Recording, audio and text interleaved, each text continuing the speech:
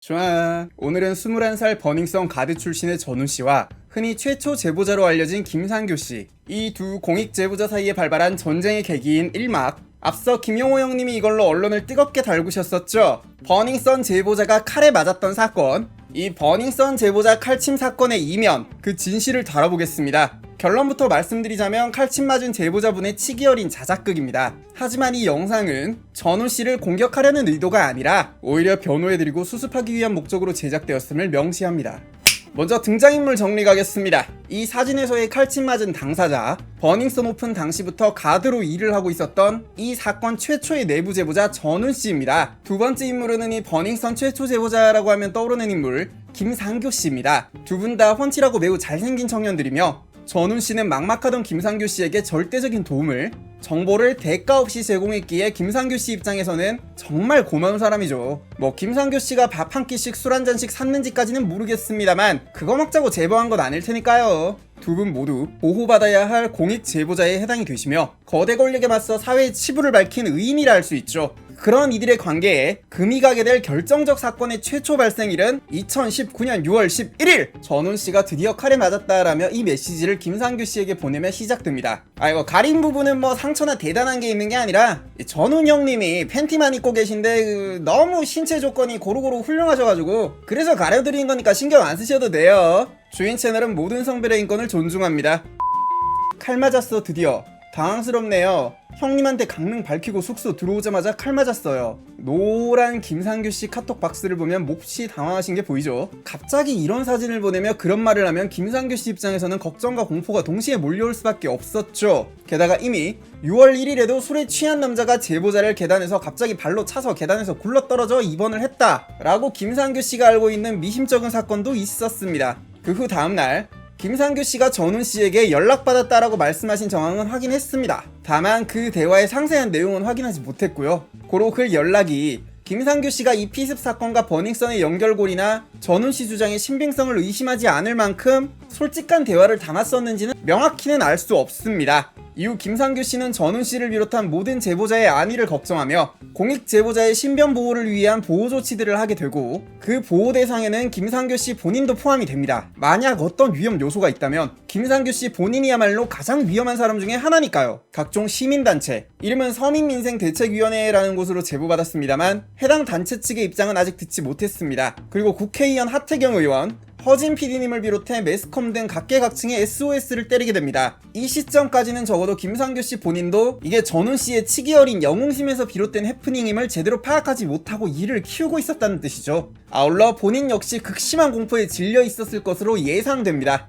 자, 여기입니다. 이제 이 사건에서 우리 김용호 형님이 등장을 하십니다. 사건이 전파되는 과정에서 누군가에게 제보를 받은 우리 용호 형님이 계산을 끝낸 후에 가볍게 이 이야기를 흘리게 되죠. 버닝썬 제보자가 칼에 맞았다. 경찰도 이 일을 알고 있다. 하지만 다들 아시다시피 경찰 측은 그런 일 없다라며 반박을 했고 저는 이 사건을 바라보며 이렇게 분석을 했었죠. 주인님, 영상 취지는 걱정, 이제 채널 방문에 이 친구가 이 준이라는 친구가 이 사건에 대해서 비교하는 영상을 찍었더라고요. 네. 이 친구는 제가 무슨 허위 제보에 낚였을 것 같다라고 예상을 하시는데 저도 가끔 제 능력에 감탄을 하곤 합니다. 김상규씨가 사회 각계각층에 날린 SOS를 통한 자체조사 과정에서 CCTV 분석 등을 통해 이 일의 전모를 알게 되죠. 그리고 아마 극심한 분노, 허탈감, 정확히 어떤 것이었을까요? 여튼 그런 것들에 빠지셨을 것이고 이에 뒤늦게 이 사실을 알게 된 전훈씨 측에서는 몹시 화를 내게 됩니다. 화가 나죠 당연히. 본인은 떠벌리지 말라고 신신당부를 하셨는데 이게 전 국민을 상대로 개망신을 당하게 생겼으니까 그래서 김용호 형님한테 제발 닥쳐달라는 취지의 메일을 보내고 하신 겁니다. 극도의 수치심에 사로잡힌 전훈씨는 김상규씨에게 강렬하게 불만을 표출하게 되고 김상규씨는 또 김상규씨 나름대로 빡치는 상황인 거죠. 그리고 주변에서 이들을 돕던 인물, 신생 약간 강남 패치 비슷한 역할을 하시던 H양은 어떻게든 둘의 사이를 회복시켜보려 노력하지만 이미 전훈씨는 분노에 사로잡혔고 김상규씨는 현재 타임이 오게 됩니다.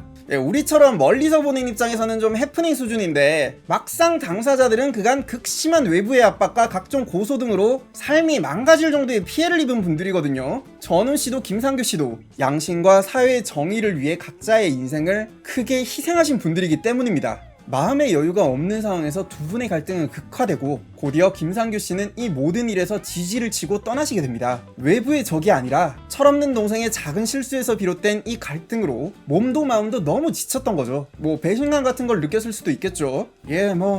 이게 진실입니다. 칼침 사건의 실체는 그냥 놀러갔던 전훈씨가 옆방 사람이랑 한 파이트 했는데 전훈씨가 워낙 신체 조건이 좋잖아요. 운동도 좀 많이 하셨고 그래서 본인도 칼에 살짝 스쳤지만 상대방은 강냉이 막 아주 그냥 뭉개버린 거야. 해서 이게 어찌됐든 쌍방이니까 합의하고 끝난 해프닝인데 이걸 약간 허세라고 표현을 할까요? 이분이 극도의 흥분 상태에서 그런 걸로 좀 뻥을 약간 쳤고 김상규 씨는 그걸 또 믿고 일을 키웠고 한 번 자라버리니까 이 일이 중간에 어디서 샌 거지. 뭐 김상규 씨 본인이 직접 제보했다라는 말도 있는데 저는 중간에서 샜다라고 보고 있습니다. 이 부분은 김용호 형님 본인에게 직접 확인을 받아야 되는 부분이지만 제 판단은 그래요. 해프닝입니다 그냥. 그래서 여기까지 봤을 때 누가 제일 잘못했냐? 저는 일단 이 일에 있어서 크게 잘못한 사람은 없다고 봅니다. 어리숙하고 어린 사람들이 있을 뿐이지.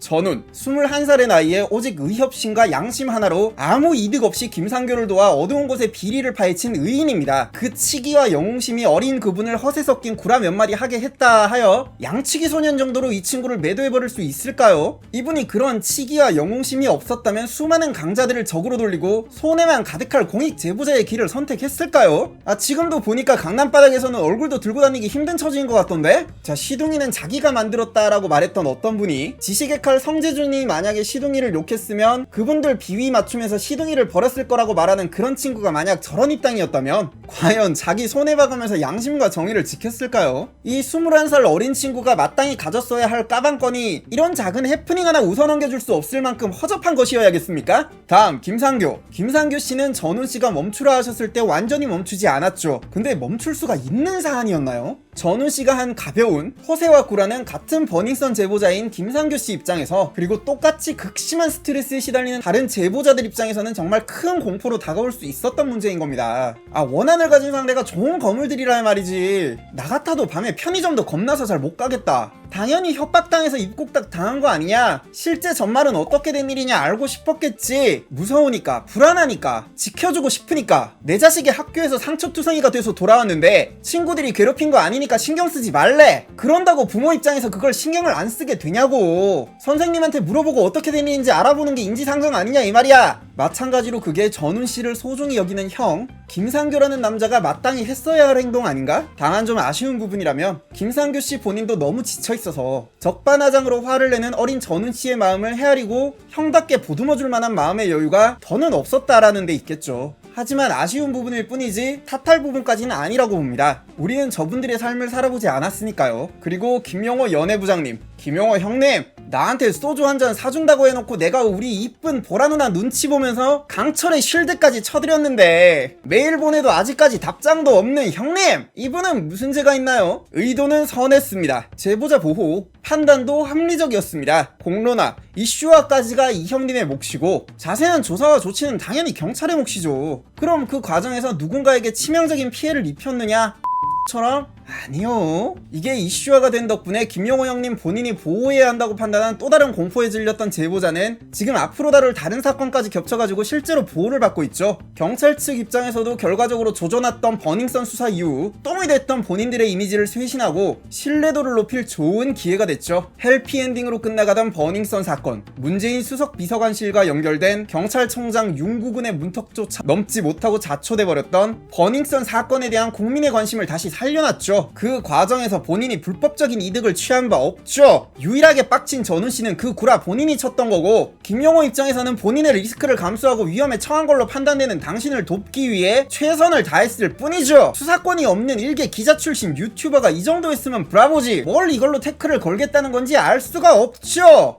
그 시점에서 본인이 가진 패들로 그 이상의 훌륭한 대처와 상황 판단을 기대하기가 힘들죠. 당연하지 않습니까? 심지어 아직도 김용호 형님은 전훈씨가 누군가에게 협박을 당해 저러는 건 아닐까 걱정을 하고 있습니다. 자, 그리고 여기서 뜬금없이 인간미 넘치는 열혈바보 다크호스가 새로운 인물로 개입되면서 국면은 전혀 새로운 방향으로 흘러가게 되는데 까뜨. 일단 여기까지가 버닝썬 칼침 사건의 전말이고, 이후 과정에서는 저를 포함하여 새로운 등장인물들이 개입되어 본격적인 전쟁의 서막이 열리고, 이후 사건을 에워싼 미녀들 황하나, 치유, 각종 인스타 까판들까지 등장하며 이야기는 고소공방전을 포함한 막장 개싸움의 양상으로 진행됩니다. 이 싸움에 있어가지고 제 관점에서의 전략적인 해설 등을 첨가하여 참가 당사자들의 장단점 비교 분석, 그들의 최후까지 예상을 하도록 하겠습니다. 이번에도 높은 확률로 예상은 예언이 될 듯 하고요. 지금 검찰 측에서 윤총경과 버닝썬 사건 핵심 인물 유인석 사이의 연결고리로 지목된 사업가를 횡령으로 잡아서 조지고 있거든요. 이미 신흥석 부장검사가 공식적으로 칼을 뽑았었죠. 명백히 버닝썬 수사 2막이 시작되고 있는 겁니다. 문제는 이 검사님이 유튜버 김상진 씨를 잡아놓은 분이라 이게 선별적 타격이 될지 무차별 타격이 될지는 조금 더 지켜봐야 알 것 같고요. 현재 정권이 워낙 정권이기도 하고,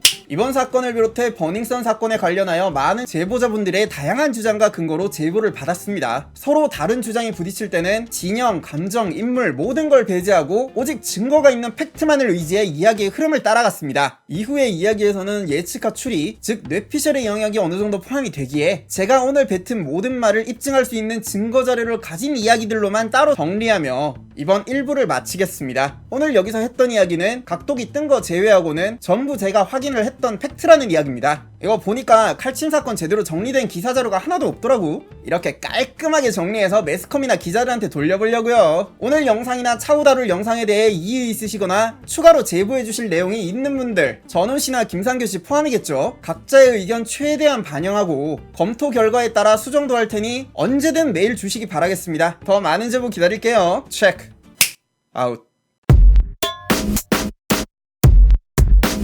이러링 빔!